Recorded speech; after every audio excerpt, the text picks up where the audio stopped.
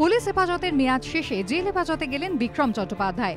Model Sonika সিংহ চৌহানের মৃত্যুর ঘটনায় ধৃত অভিনেতাকে এদিন দুপুরে তোলা হয় আলিপুর আদালতে।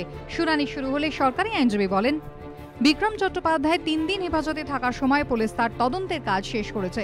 রবিবার রাত 2টো থেকে 4টের মধ্যে বিক্রমকে নিয়ে ঘটনার পুনর্নির্মাণও করা হয়েছে, তাই তাকে আর পুলিশ হেফাজতে রাখার প্রয়োজন নেই। 14 দিনের জেল হেফাজতে পাঠানো হোক।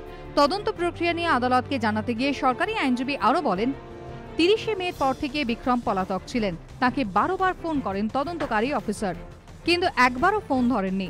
ছেলের ব্যক্তিগত নম্বর জানতে চেয়ে বাবাকে 2বার SMS করা হয়। বিক্রমের বাবা জানান, ছেলে কোনো ফোন ব্যবহার করছে না। ধরা পড়ার পরেও বিক্রম তদন্তের সহযোগিতা করছেন না। বিভিন্ন সময়ে পুলিশকে ভুল তথ্য দিয়েছেন। তদন্তে উনি কোনো রকম সহযোগিতা করেননি। আজকে নতুন যেটা যোগ করলাম সেটা হচ্ছে এই যে উনি অ্যাবসকন্ড করেছিলেন বরাবর। ওনাকে যখন ফোন করা হচ্ছিল, ওনার ফোন কোনো রকমভাবে রেসপন্স করেনি। আমরা অ্যাকিউজকে নিয়ে গিয়ে পুরো ঘটনাটা পুনর্নির্মাণ করি। আইও থাকেন, অফিসাররা থাকেন আমাদের। আমরা জুডিশিয়াল কাস্টাডি চেয়েছি, লাইট কোর্ট জেসি অ্যালাউ করেছেন। বিক্রমের আইনজীবী তখন প্রশ্ন তোলেন, বিক্রম মত্ত অবস্থায় গাড়ি চালাচ্ছিলেন বলে পুলিশ যে দাবি করছে, তার সপক্ষে কোনো মেডিকেল রিপোর্ট আছে? সরকারি আইনজীবী সেই রিপোর্ট দেখাতে পারেননি।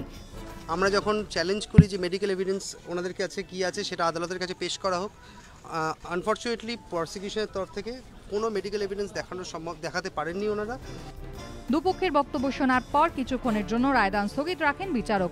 পরে 24শে জুলাই পর্যন্ত বিক্রমকে জেল হেফাজতে পাঠানোর নির্দেশ দেন। সৌভিক মজুমদারের রিপোর্ট, এবিপি আনন্দ, কলকাতা।